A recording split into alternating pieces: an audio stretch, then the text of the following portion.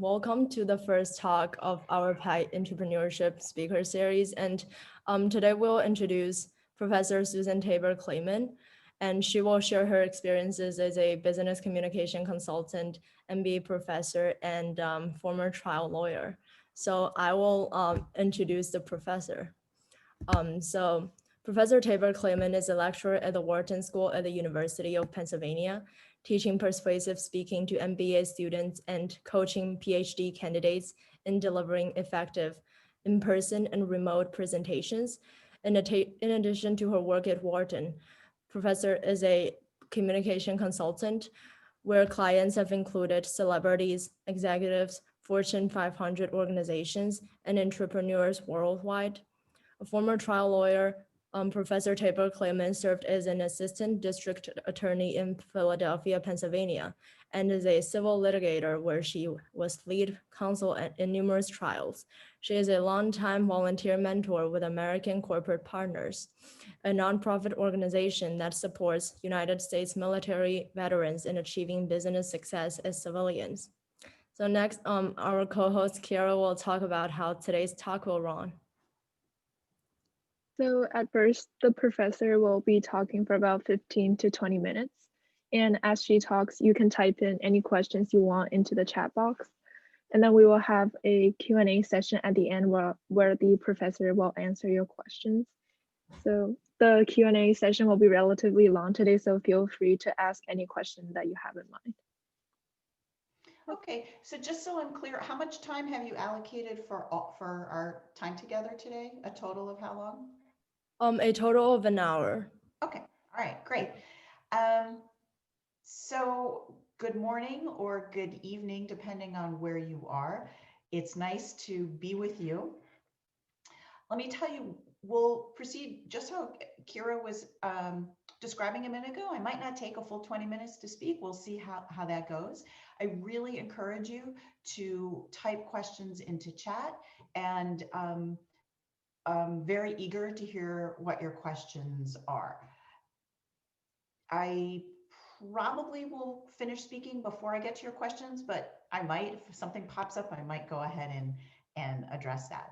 Before I get into what I wanted to share with you, I'd like to hear from you. So if you could type into chat, just want to get a sense of how much time you all have been spending in Zoom. So if you would go ahead and type in for school, if you're fully in person, or if you're fully remote, or if you're hybrid. Those are the three options: in person, hybrid, or remote. So go ahead and just type that in and get a sense, and you can get a sense from each other as well.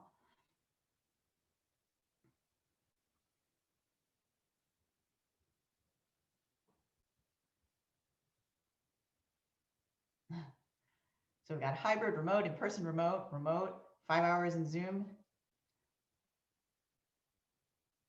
I'm going to take a guess here that some of you who aren't typing in, you're probably on remote as well. You might be a little tired of being in remote. So I have one other question for you. I'd like you to think about your goals for the future. Some of you may know exactly what you want to do with your life. Some of you may have no idea. So I'd like to get a sense from you. If you think about a 1 being you really don't know what you want to do with your future, to 5 being I know exactly what I want to do. I can't wait to get started. So 1, you have no idea. 3, you have some ideas, not exactly sure, maybe. 5, you know exactly what you want. So go ahead and just type a number into the chat saying where you are on that. Oh, 2, 3, a lot of 3s, 3.5, 3, 2, 3.5. So we're mostly in the 3 range, which is really great, because what I'm going to be talking about today, and even if you're at a 1 or at a 5, what I'm going to talk about first is my trajectory, my progression in my job. And what you're going to see, or my career, is a lot of changes being made. So I'm going to take you back to my time in high school. I was on the debate team, and I wanted to go to law school. All my friends were going to law school, and I knew that's what I wanted to do. So I went to college. I majored in political science. That was a pretty typical pre-law major. But then my sophomore year, I took a course called Reasoning and Communication. It was all about words and language and logic, and I loved it. So I changed my major to speech communication. And I came this close to going to graduate school to study speech communication. And at the very last minute, I thought, now at this time, really, if that was your major, that's all you could do was teach college. I thought, I don't think I want to do that. So I went to law school. That's what I'd always wanted to do. I went to law school. And then, as you heard in the introduction, I became an assistant district attorney, where I tried cases anywhere from traffic court appeals all the way up to murder post-conviction cases. So really the range of cases. And then after the DA's office, I went to a commercial litigation firm where I was still trying cases in the civil world, and dealing with a lot of the same issues. The cases just happened to deal with a lot of fraud. So also dealt with a lot of witnesses who were lying, really didn't want to tell the truth. And I spent 7 years there. Then I had my first child and still worked part-time. And then after my second child, I became a stay-at-home mom. And I did that for a while. Then when it was time to go back to work, after a while, I'm like, I really need to go back to work, both for the mental stimulation of that, and I was just ready to really go back to work. But even though I loved being a lawyer, and I did, I wanted to try something different. So I started networking, and I started thinking about nonprofit, and I called up people I did not know, and people suggested people for me to speak to. And I spoke to one woman. We talked for a while. She connected me with somebody else. And I was still sort of in the exploratory phase. And one day I got a call. Got a call from a woman named Susan. And she said, I was standing outside our office the other day at 21st and Arch, that's the street corner. And I was telling a couple of people in my building that I need to hire somebody to do such and such. And they both looked at each other, and they looked at me and they said, we know the person for you. And it happened to be me. And that job actually came to fruition. Now, I was not very good at that job. And I did it I'm not really sure how long I did it for, but I realized I wasn't very good at it. This was at a nonprofit social service agency in Philadelphia. And but what I realized was there was another aspect of the job that I really wanted to do, which was writing grant proposals. So a lot of you are probably familiar with grant proposals. If you're not, there are ways to get funding from the government for certain projects. And there are also private organizations that give money to fund certain projects. And these were all kinds of things for social services to help people who couldn't pay their bills or needed, just in that realm of the world in terms of social services, helping people manage life and have a better life. And I felt that I would be good at that. And at the same time, the person who was in that role left, he moved. And I went to my boss, well, once he announced that he was leaving, and I said, I'd like to be considered for this position. And she said, I was thinking the same thing. So I became the grant writer, and I loved it. It was actually a lot like being a lawyer, because you had to make an argument, prove why this particular organization should choose to spend their money on this particular project and so forth. So I really enjoyed that until I didn't. And I decided after a few years that I wanted to start a business. Now, you are a group of entrepreneurs. So many of you have business ideas, or at least like the idea of starting a business or working for yourself. And let me tell you, that was not me. I never wanted to have a business. I was really content to have my boss say, here's what you should do, now go do it.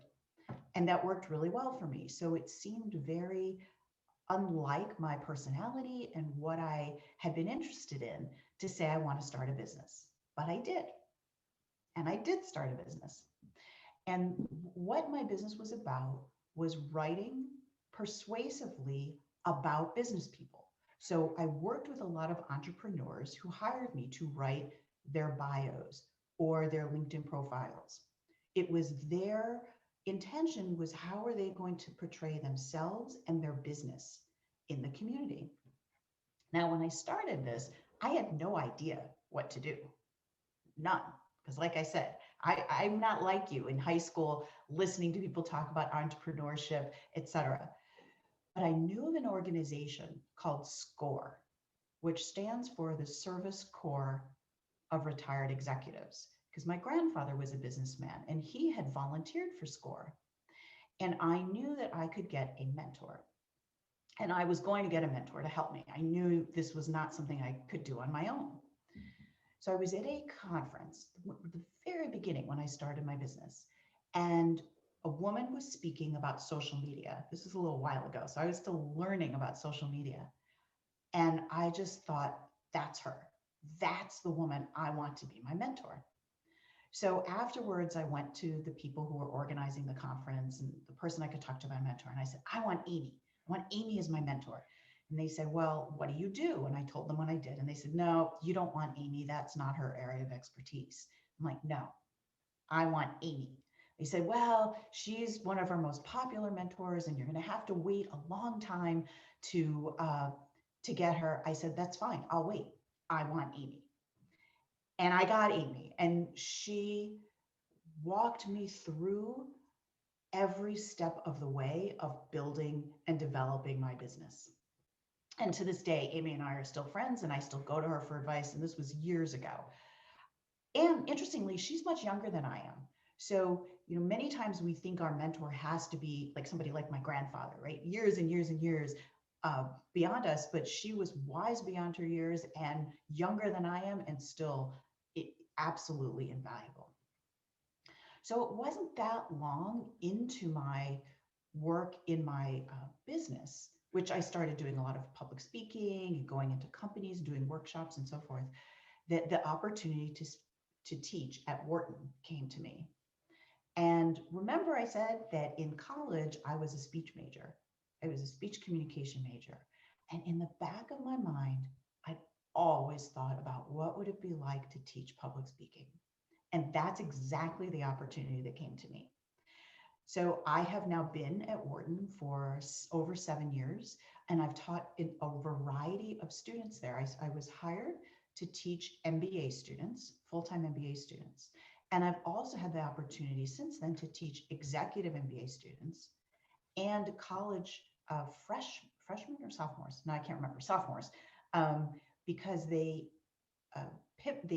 brought the program to the undergraduate at Wharton as well, the speech communication program. So as part of the pilot program, I taught in that program as well. So I've taught a range of ages, and then been really fortunate to teach in the summer program for high school students, international students, which is how Wendy and I connected, and she invited me here to speak today. And I wanted, before that's the overall trajectory. And I wanted to give you an example of back when I was practicing law. One of the skills that is so important that is listening. And I remember a case that I tried where it was an auto accident case. And I represented a quasi sort of governmental agency, sort of not, that would provide certain benefits if you were in an accident, but it wasn't your fault and you weren't expected to have your own insurance, then there was this fund that could help pay for medical and pain and suffering, et cetera. Well, I had this case, and unfortunately in Philadelphia, not every case that was brought was a legitimate case. So some people would try to get money that they really didn't deserve. They really hadn't been injured. And in this case, I was convinced that there were no injuries and that these people didn't have any right to get anything. There was no damage to the car. They're clearly, the other person said no, it was like a tap, etc. So when I was cross-examining the plaintiff, one of the people who brought the case, I said, how did you get the information from the other person? Oh, after the accident, we exchanged information. I said, well, how did you record that? Now, again, this is before smartphones. So people actually had to get a pen and paper and write something down. So he said, oh, I used a pencil and I wrote it down. And I said, where was the pencil? And he said, it was on the dashboard, at the top of the car.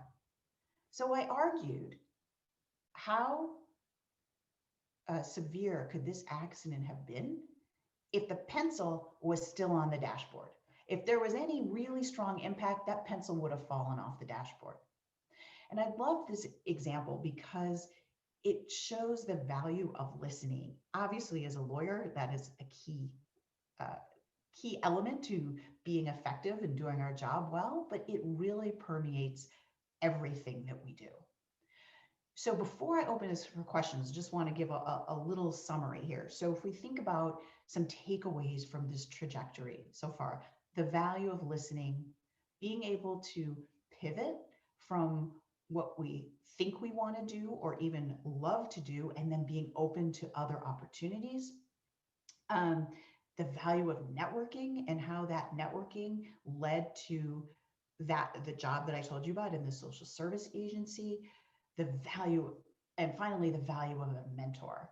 And because my business, which I love, I just never could have gotten where I am without my mentor, which is one reason that I'm a mentor now as well.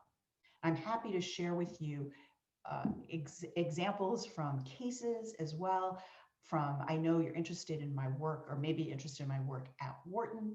And so let me open it up for questions. And you can type them in chat, or you can, happy to have you unmute and speak. If any of you want to talk directly instead of typing in chat, you can just raise hand and I can allow you to talk. Or you can just type in the Q&A box. Oh, I see some questions here in question and answer. Why don't I start with that? So I see Megan. What glass ceilings did you have to break as a woman over the course of your career? Really interesting. So this is what I want to say about that.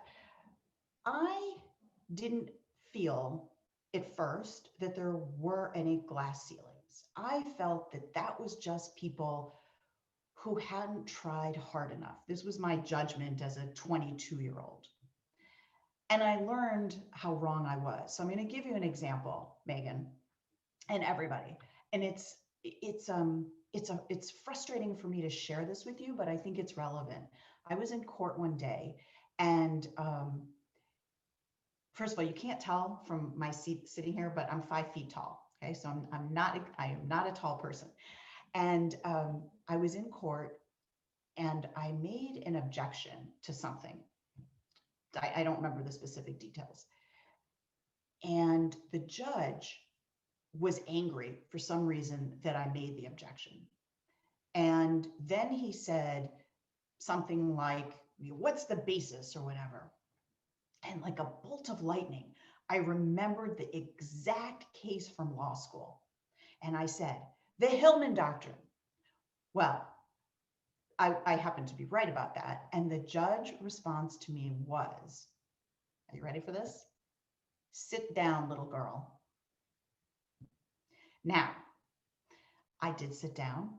You could hear the silence in the courtroom. It was appalling. And at that time, I didn't know what to do. So I sat down, I went back to my office and told some people about it. Can you believe it, et cetera. It was so demeaning and so disrespectful. Now, if that were to happen, I would not just sit down. I would push back at that.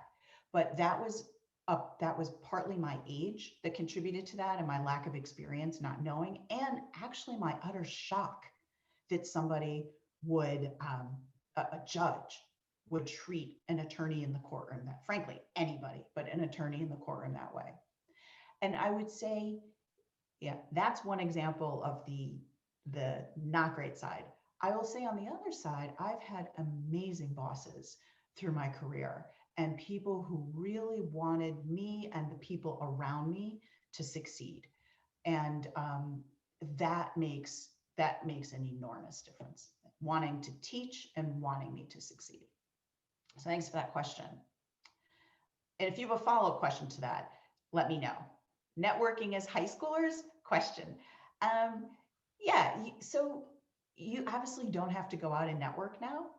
And I want to give you an example of ways, maybe not networking, but to get comfortable speaking with people who you want to add to your circle. So Wendy, who is the co-host of this workshop, and I did not meet this summer. She was not in my class, but she reached out to me with a very professional email and invited me to speak. That's networking. Now, she had a particular goal in mind, but if you can authentically and sincerely reach out to other people, absolutely. Go ahead and start getting that practice now. Are experiences or lessons taught in the classroom more valuable? So this is from an anonymous person. Are experiences, wait, I just lost it. Or lessons taught in the classroom more valuable? I don't understand. Oh, I think I understand the question. You're asking, is the pedagogy, is the lessons we teach, like here's the information you need to learn, more valuable, or sharing my experiences? I think that's what the question is asking. And I would say both, because the information is important. So for example, when I teach public speaking, I teach about Aristotle's persuasive appeals, pathos, ethos, and logos, which some of you are probably very familiar with. That is important for you to understand, for my students to understand, that in order to be persuasive, you want to appeal to emotion and logic and establish your credibility. And then we want to bring that to life with examples. So I might talk about that, then show a particular video of a speaker that demonstrates that really well. So I would say it's both. And you wouldn't want to do one without the other. Biggest moment of failure during your career and how did I overcome it? I have two. I'm thinking about which to share. I would say the example that I gave you when I was at JFCS, the social service agency, where I really wasn't doing a good job in the role that I was hired for. And it just was not a fit for me. And I realized I wasn't doing a good job. And that's really hard to go to work when you know you're not performing in the way that you want to perform. And how I overcame that was finding this other opportunity. If that opportunity hadn't come my way, I don't know, maybe I would have left. Maybe that's what I would have done. But fortunately, that opportunity did come my way. So I was able to take advantage of that. But I would also say, in terms of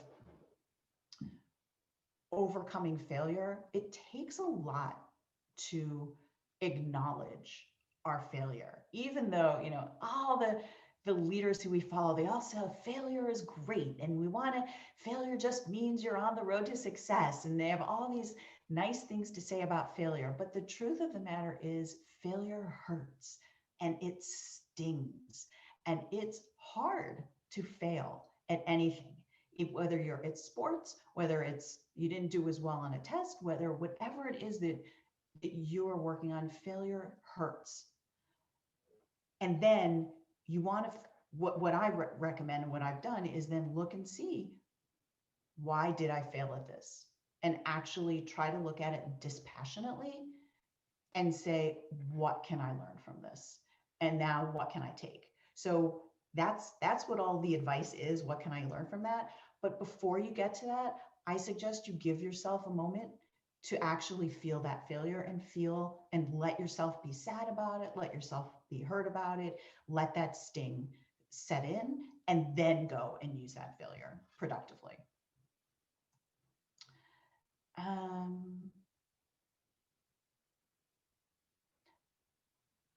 What is special about Wharton students? What qualities do they have? By the way, I see Wendy has some comments. So Wendy, if I miss something or there are things that you prefer I don't address, then go ahead and interrupt me and tell me that, okay? Yeah, sure. Okay, great. So what's special about Wharton students? I'm going to talk about the undergraduate students because that's closer in age to you all. They, and I haven't taught undergrad in a couple of years. I taught at the beginning of the program and now I'm just with the full-time MBA. They are so driven, interesting, very wide range of backgrounds and hungry to learn. And you can see that. You can see, and they're very kind, and I mean, on a personal level, they were lovely students. But in terms of their drive and determination, it was palpable. And what the kind of students who enroll, well, actually, the course I teach is it's a mandatory course, so every kind of student enrolls because they have to take it. How did I discover my interests? What an interesting question.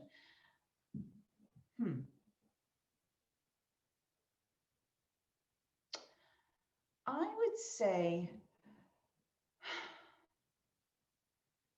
I guess, I don't want to say by accident, but I remember when I was a freshman and sophomore in high school, my mom was pushing me to find something I was interested in. She'd always say, you know, find something you're interested in. She felt that I was not focused enough. And then I don't remember how I landed on debate, but I did. And that's when I felt that I found my home. I found my people, my friends. It just felt right. So I would say that, and same thing in college. So I loved political science. That was my major. I loved political science. It's really interesting to me. But when I landed in that speech communication course, reasoning and communication, I mean, I still remember the name of it. It just felt like home. Actually, it makes me even a little emotional to tell you that right now, because it did just feel like home. So how you're going to find that is to keep trying different things, and you will find those things that your body even tells you this feels right versus this doesn't. How can I find a mentor?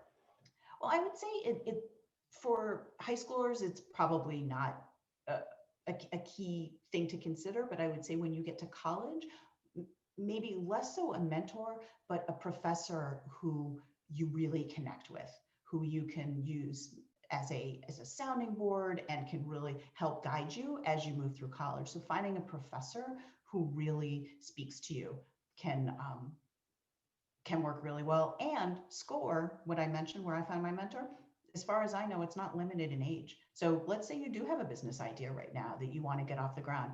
Go ahead and reach out to SCORE. Remember, Service Corps of Retired Executives, SCORE.org. It's part of now it's part of the Small Business Administration. So as far as I know, you can get a mentor there. Pros and cons of an undergraduate business degree. I think we all have to, so I'm not going to answer it in the exact way it's asked of pros and cons. I'm going to ask it in terms of generally, when you have a degree that's targeted in a particular area like business, if you know you want to be in business, that can be a very wise choice. It could also depend on the college that you choose to go to. A business degree, for example, where I teach at Penn, at Wharton, might be very different because you're in the school of business. You're in the Wharton School. Versus at other colleges, your degree might be in business, but you're still part of, say, the liberal arts school or something like that. So that's what I would recommend, is looking at how broad or tight the focus will be. And I think that's all I want to say about that. I mean, any kind of con, and this wouldn't be just with regard to business, it would be with any type of more specialized degree is, if it's too specialized, are you going to feel too limited? That's the only thing that I would consider. Professor, I think someone raised hand, so I think I can unmute their video. Okay. They can ask. Okay, great.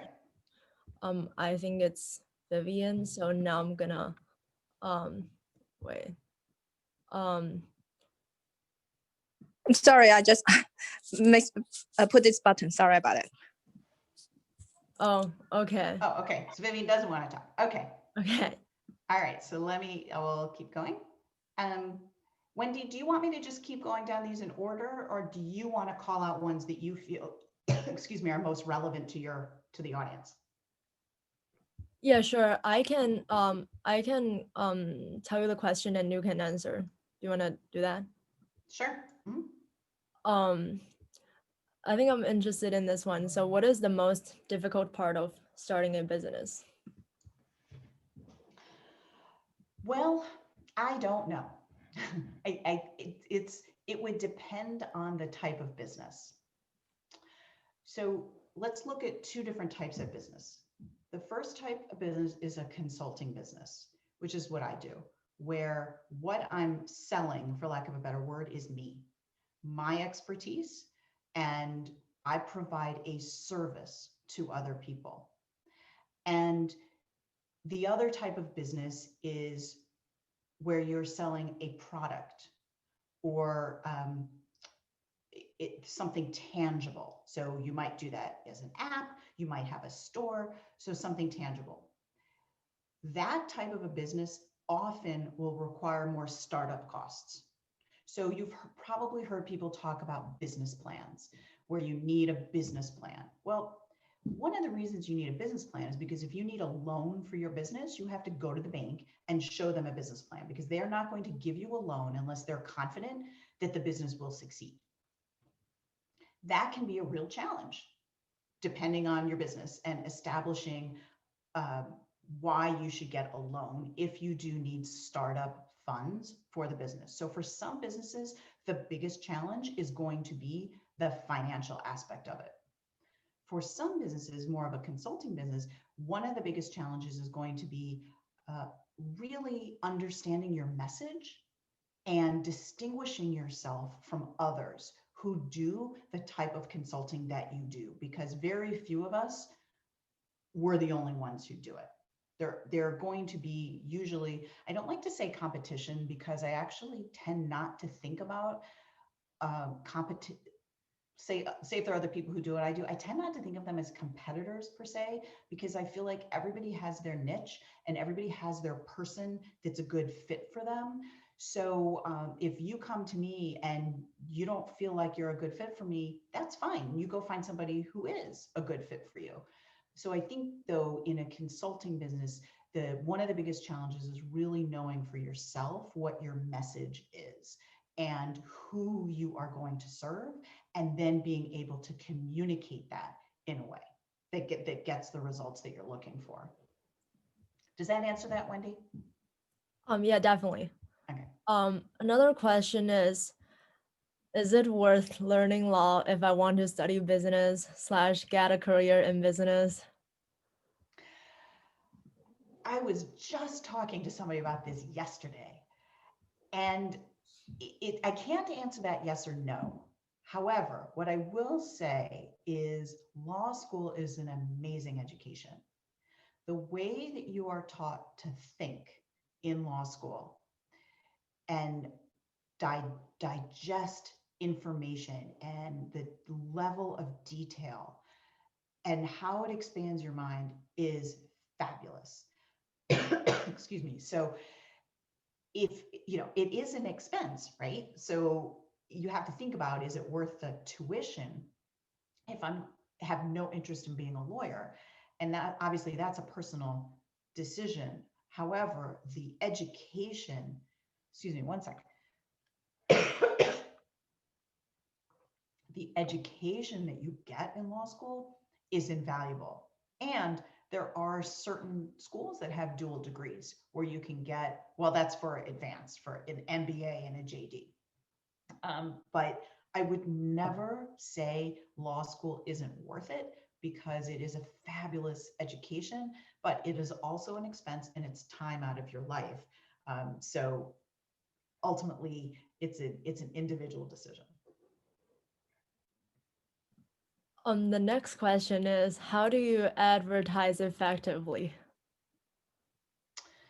I would love to know a little more about that question, about what the person in particular is interested in. So if that person can say a little bit more about that, but I will say, I'm just wondering if I should talk for a couple minutes about what I did when I started. So that's what I'll do. And if that person wants to elaborate, if I'm not getting the question, then we can follow up on that. I think, What? oh, sorry, I think this question this person just follows up with the question. So it says, how does your business advertise effectively? I think it probably means the business communication part. Okay. So interestingly, I have not advertised much at all in, I think, eight or 9 years it's been. Social media is a wonder, and as is word of mouth.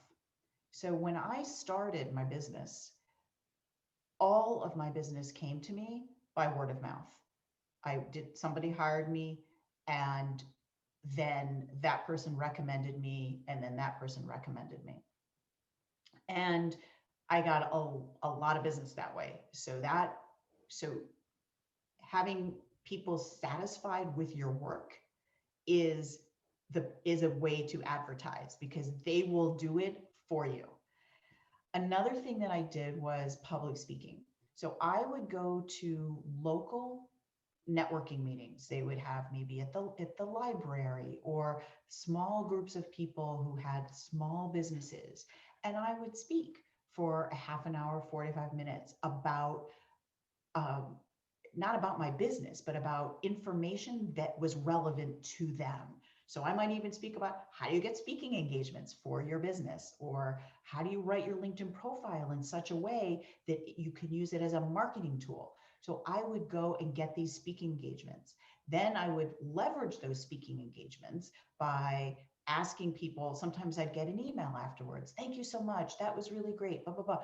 And I would say, hey, would you mind writing that testimonial on my LinkedIn profile? So I didn't actively solicit it, but then if they came to me, I would then follow up and ask them to do it. So other people saying great things about you, and then also getting yourself out there in the community and speaking.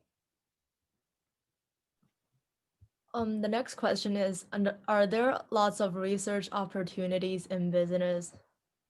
I think many students might want to know about that. And unfortunately, I don't know the answer to that question. What sort of research opportunities are you thinking about? I mean, I think that there are areas like marketing, the more practical areas. I know from faculty at Wharton, I hear about people who are working with professors on research. And well, let me say that's one part of it. The second part is, at the very advanced level, so at the PhD level, it's a lot of research. So I work with PhD students as well, and they are focused on, it's all individual research and original ideas. So at the PhD level, there is. At the college level, I don't know specifically.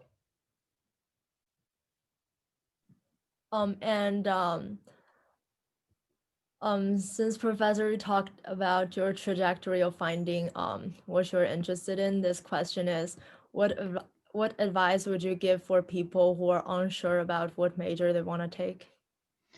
I would say try a lot of different things.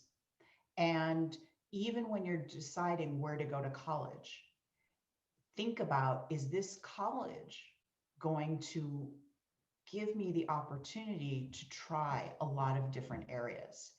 And if not, then even if it's a great school, it might not be the school that you want to select. So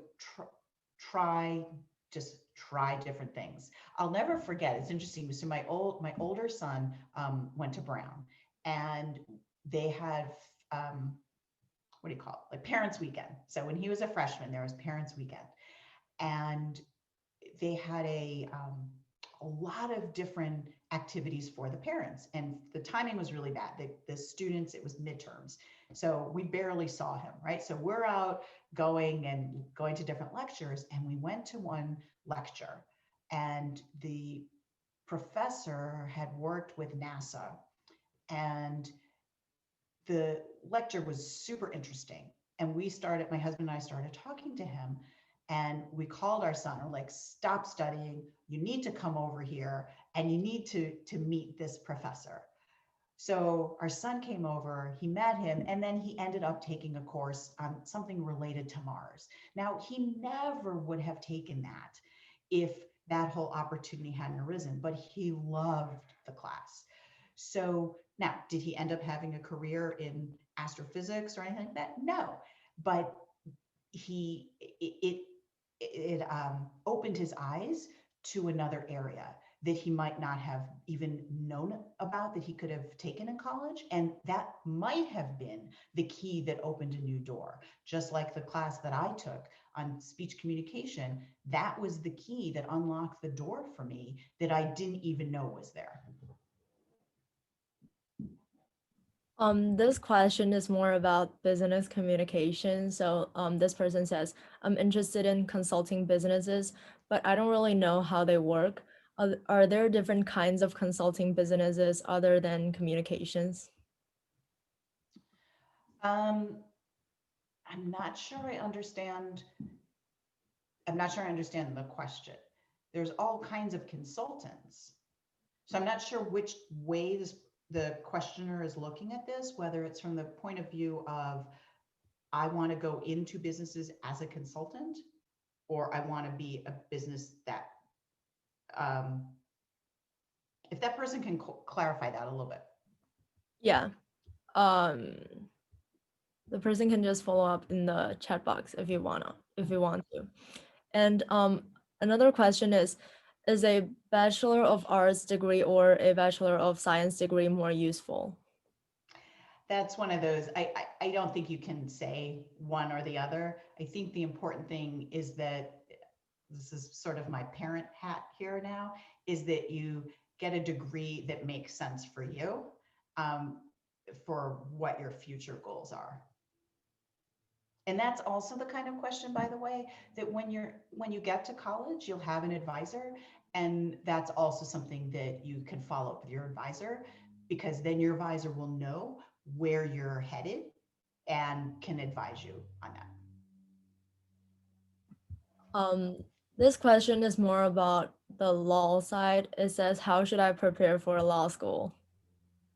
Do well in school. There is, when I was in college, really it seemed like everybody who went to law school studied political science or history or government. It's not like that anymore. The important thing is that you do well in college and get good grades, and show just like you're thinking about, how do I get into a good college? How do I prepare for college? It's the same thing, just at the next level. And well, let me actually say one more thing. If you really want to go to law school because you have a particular interest, then it can be great to volunteer, or if you can find an internship, but even volunteer. So if you're interested in politics, then you might want to volunteer on the local level for a political campaign. If you're interested in human rights, then you might want to find an organization that you can volunteer with, for human rights. If you're interested in business and law, then you might find some place where you can combine that and spend some time volunteering. And I'm not saying that as a way to pad your resume or to to be dishonest about your interests, but it actually helps you feel, oh, is this something that I'm really interested in? Does this resonate with me? So it helps you as well. The next question I think is really interesting. It says, do you see technology and artificial intelligence as a viable replacement for consulting positions? No. The answer is no. Now, first of all, I don't know that much about artificial intelligence, so I'm giving you an extremely uneducated guess. However, you cannot replace, there's so many ways that value that we as human beings provide that you just can't get from a computer. So even when I'm interacting with my clients, part of what makes them satisfied with the result is the interaction that we have had. That is part of it. It gives them confidence in the final product, and that's just part of the engagement and their appreciation of what we have. And interestingly, so I do writing, and there are apps, right, that will correct your grammar, that will correct your spelling, and I notice sometimes, when I'm writing something will correct it. I'm like, no, that's wrong. First of all, it's wrong. Sometimes it's just wrong. But then also it's like, but I want to express it in a different way. I want to use 4 words, even though you're telling me I should only use 2. So yeah, my answer is no. Yeah, and I think I have a question about business communication as well. So I guess what do you think is the greatest difference between being a lawyer and being a business communication consultant, since both of them are related to kind of speaking and arguments? Well, that's very insightful, Wendy. There is a lot of overlap between them.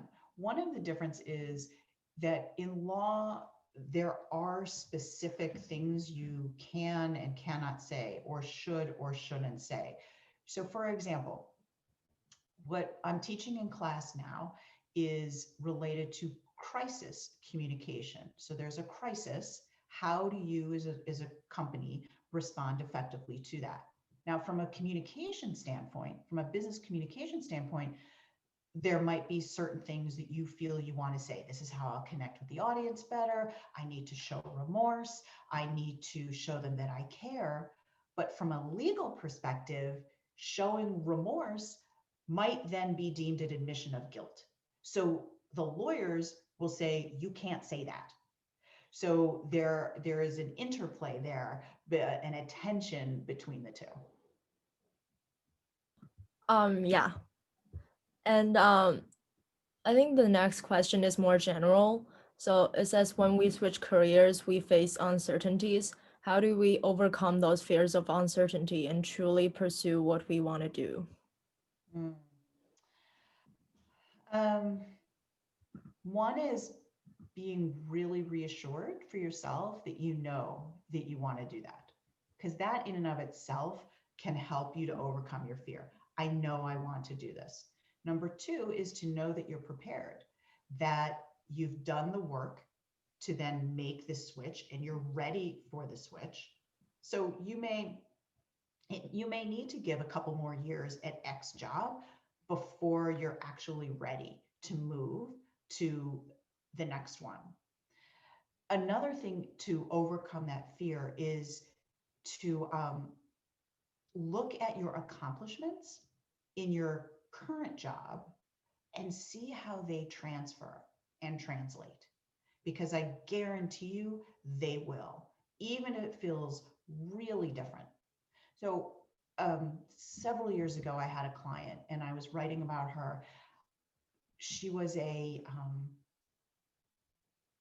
massage therapist, and she was really good at it.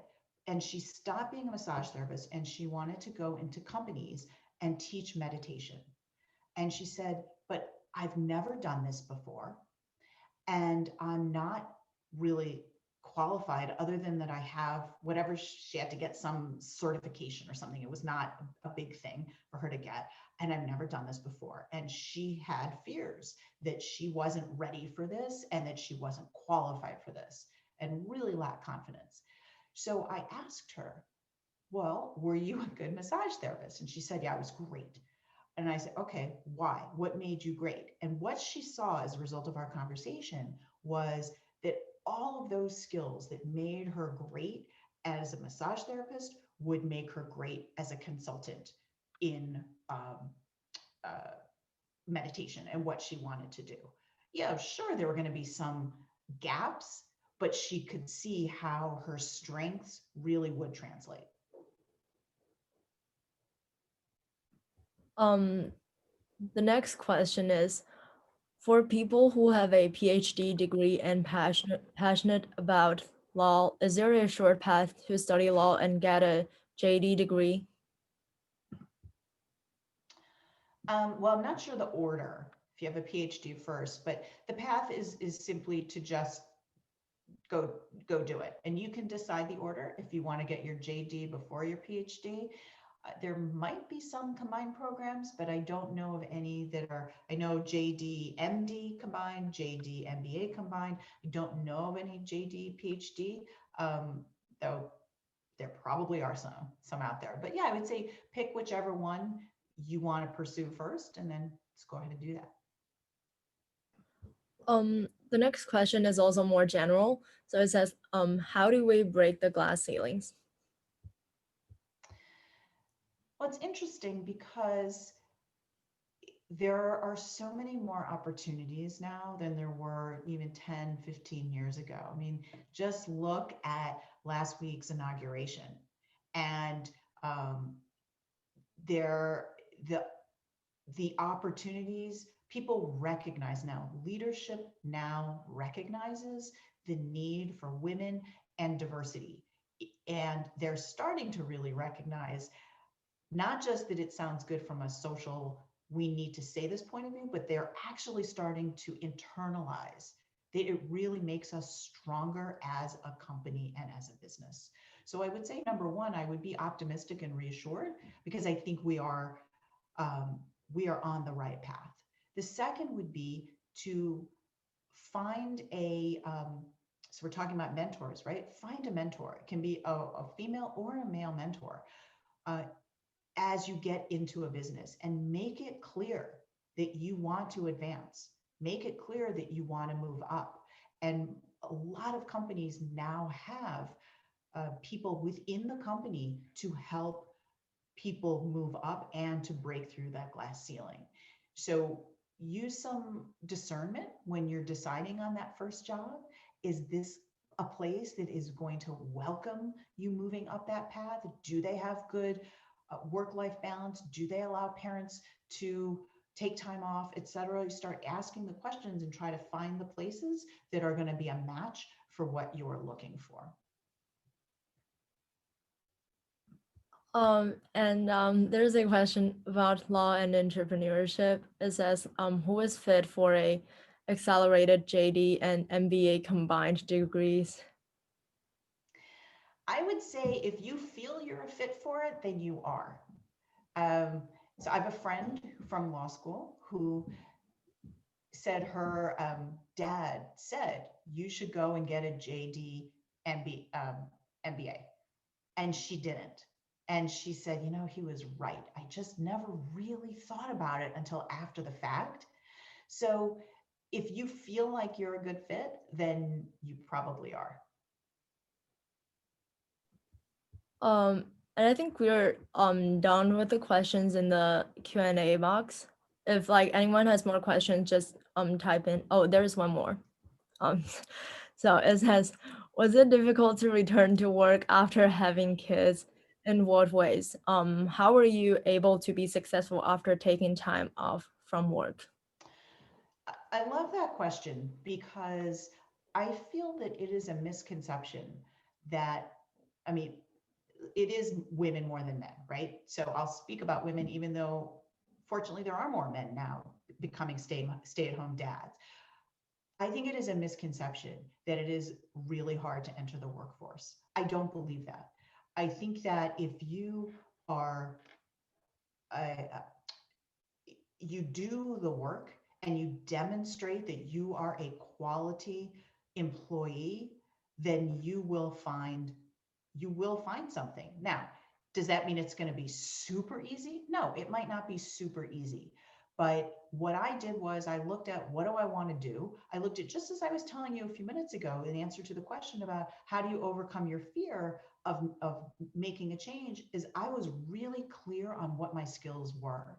And I was really clear on the value that I could provide.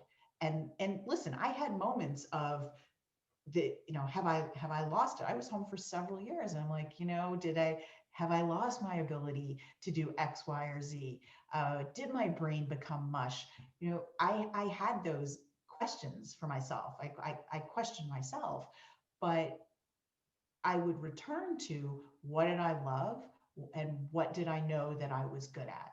And then that key step is the networking and communicating that to other people and asking them for advice and suggestions as well. So I would say, I'm not saying that it's super easy, but I definitely don't believe it's as hard as many people believe it is. And now I think we are done with the questions in the Q&A, and I personally have a question. Sure. I think, like, what do you enjoy the most about being a business communication consultant? Like, giving advices to so many successful entrepreneurs and companies.